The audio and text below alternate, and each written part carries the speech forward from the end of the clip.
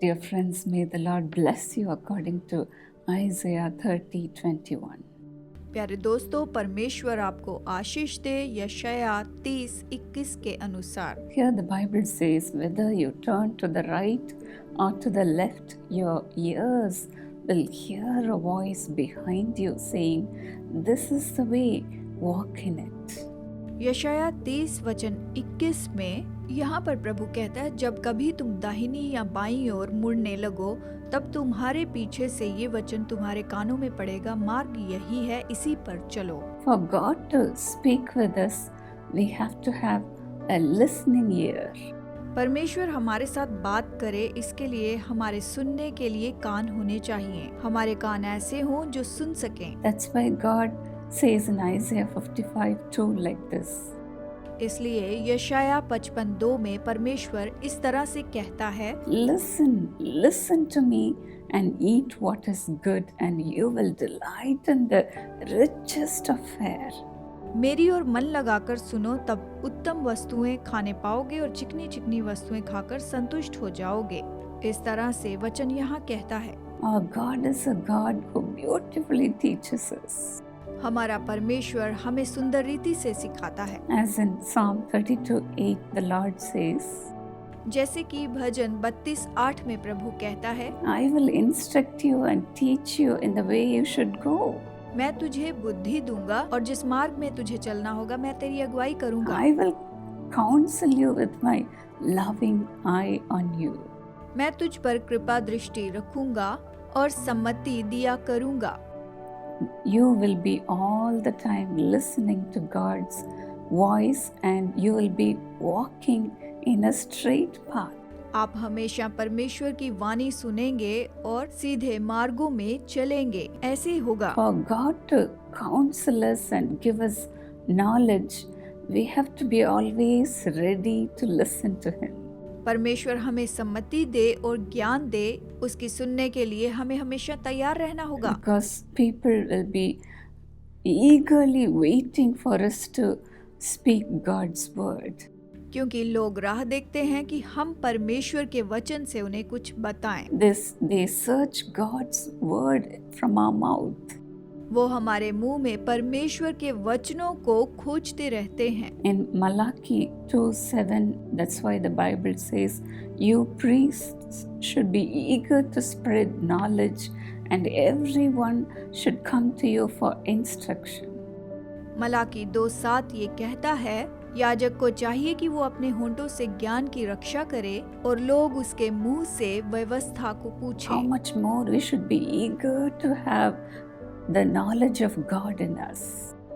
हमें परमेश्वर का ज्ञान हो, इसके लिए हमें कितनी जिज्ञासा रखनी चाहिए। You are God's mouthpiece. आप परमेश्वर के बोलने वाले मुंह So हैं। let's be very sensitive to the voice of God. तो आइए आज परमेश्वर की आवाज के लिए हम सचेत हो जाएं। When you are so attentive to listen to God's word, you will become God's prophet and prophetess.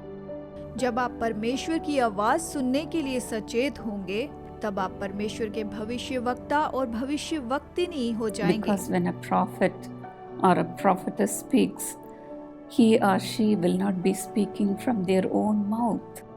क्योंकि जब कोई भविष्य वक्ता या भविष्य वक्तिनी बोलते हैं, तो वो अपने मुंह से नहीं बोलते। As the Bible says in 2 Peter 1:21. जिस तरह दूसरा पत्रस 1:21 बाइबल बताती They है, are moved by the Holy Spirit and they speak God's word. कि वो पवित्र आत्मा से भर गए और परमेश्वर के वचन बोलने The लगे। words they speak are living word. उन्होंने जो वचन बोले वो जीवित वचन थे। They make people live. उसके कारण लोग जीवित रहे। Those words make people to follow God. उन वचनों के कारण लोग परमेश्वर के पीछे चलने लगे। When we were arranging our son's wedding, we were waiting for God to speak to us. जब हम अपने बेटे की शादी करवाना चाहते थे, तो हम इंतजार कर रहे थे कि प्रभु हमसे बातें करें। Our son, he did not eat for the whole day, and he was waiting for God to speak whether the girl was the right one for him. हमारे बेटे ने पूरे दिन भर कुछ नहीं खाया और वो इंतजार कर रहा था कि प्रभु उससे बात करे कि ये जो लड़की है वो इसके लिए सही है या नहीं। And in the night, as we were praying as a family, the Lord spoke to our son Sam clearly, saying, "This is the girl, marry her." जब हम शाम के समय में प्रार्थना कर रहे थे तब प्रभु ने हमसे बात की कि यही वो लड़की है, इससे ही इसकी शादी होनी Not चाहिए। only that, the Lord spoke everything about the girl, how she would be in the future. केवल इतना ही नहीं, पर प्रभु ने हमें ये भी बताया कि ये लड़की भविष्य में किस प्रकार की होगी या कैसी होगी। And not only that, the Lord spoke how she was before. केवल इतना ही नहीं, पर प्रभु ने हमें बताया कि वो पहले कैसी थी। The Lord gave the blueprint of our daughter-in-law Shilpa, and He narrated her nature and character. परमेश्वर ने हमारी बहू के बारे में, शिल्पा के बारे में हमें सब कुछ बताया और उसके स्वभाव के बारे में हमें बताया। Only after that, with full heart, we accepted her as a family. और फिर ही हमने अपने परिवार के सदस्य के रूप में उसे अपना लिया, उसे स्वीकार कर लिया। Whether you turn to the right or to the left, you will be listening to God's word. चाहे आप दाहिने मुड़े या बाएं मुड़े, आप परमेश्वर के वचन को सुनते जाएंगे। May the Lord speak to you every moment of the day. परमेश्वर आपसे दिन के हर पल में बात करते चले जाए। Father, let your hand come upon your people to bless them with the word, Lord. पिता, तेरा हाथ तेरी संतानों पर आए कि तू इन्हें आशीष दे। You are a wonderful counselor. तू महान सलाहकार है। Lord, keep your loving eye upon your children and speak to them, O God. पिता, अपनी प्रेमी नजर अपनी संतानों पर रख और इनसे तू बातचीत कर। Every moment of their time, let them listen to your words, O God. ये अपने जीवन के हर एक समय में तेरा वचन हमेशा सुनते चले जाएं प्रभु। Lord, what is mankind for you to think about them, Lord? परमेश्वर, मनुष्य क्या है कि तू इनके बारे में सोचता है। Every moment, every second, every minute, Lord, you are thinking about your children. हर एक मिनट, हर एक पल, हर एक क्षण में तू इनके बारे में सोचता है, अपने बच्चों के बारे में सोचता Lord, है। help your children to listen to your voice audibly.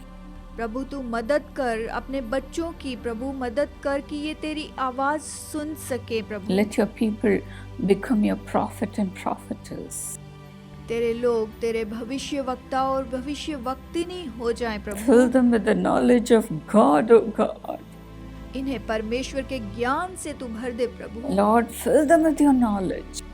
प्रभु अपने ज्ञान से इन्हें भर दे, Fill them with your revelation, इन्हें अपने प्रकाशन से तू भर दे। Lord, and make them a prophet and prophetess.